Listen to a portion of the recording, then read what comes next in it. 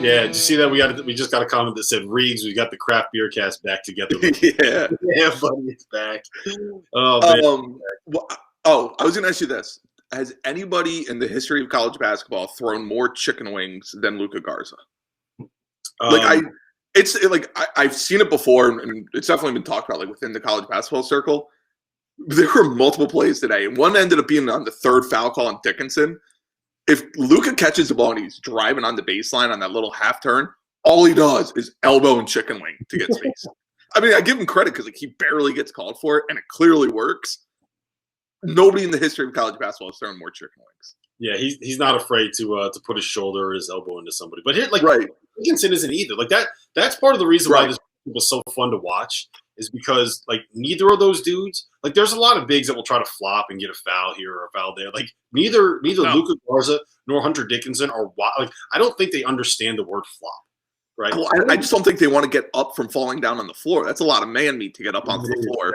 That is. Like, I'm pretty sure Luka Garza doesn't feel pain. And it's I didn't notice this until today, but like Hunter Dickinson has like starting to get the dark hairs on like the back of his yeah, he's very much got like that old man like dark he's ready to be a dad.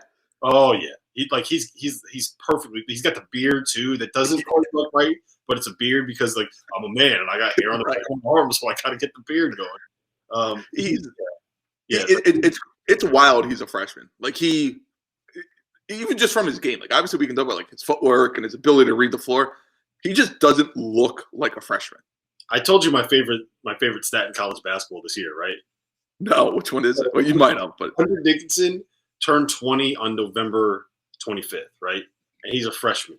Franz Wagner turned 19 in August, and he's a sophomore. So Franz Wagner is 10 months younger than Hunter Dickinson and a year younger than him in school.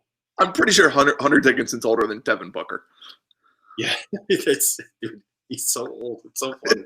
It's great. Yeah. And I love that him and Garza came through the same AAU program. They're both from the like DC, Baltimore, Northern Virginia area, the DMV area.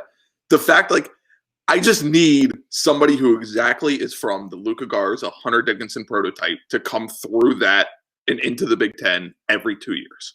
Yeah, it's so good. I got to figure out where he's from in DC.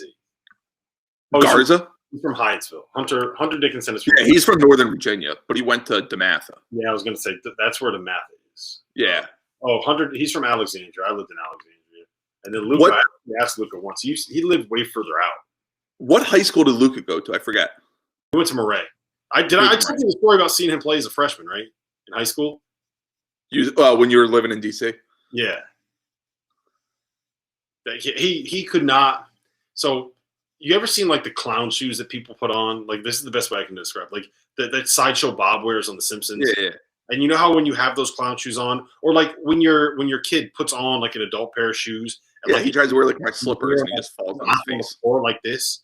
It's like he's got flippers. You know what? It's like he's wearing flippers. That's how big his shoes were, and that's what it was like when he was running. He would go up and down the floor, and you could hear his feet slapping. That's how goofy he was when he was running. He couldn't dunk. He was 6'9".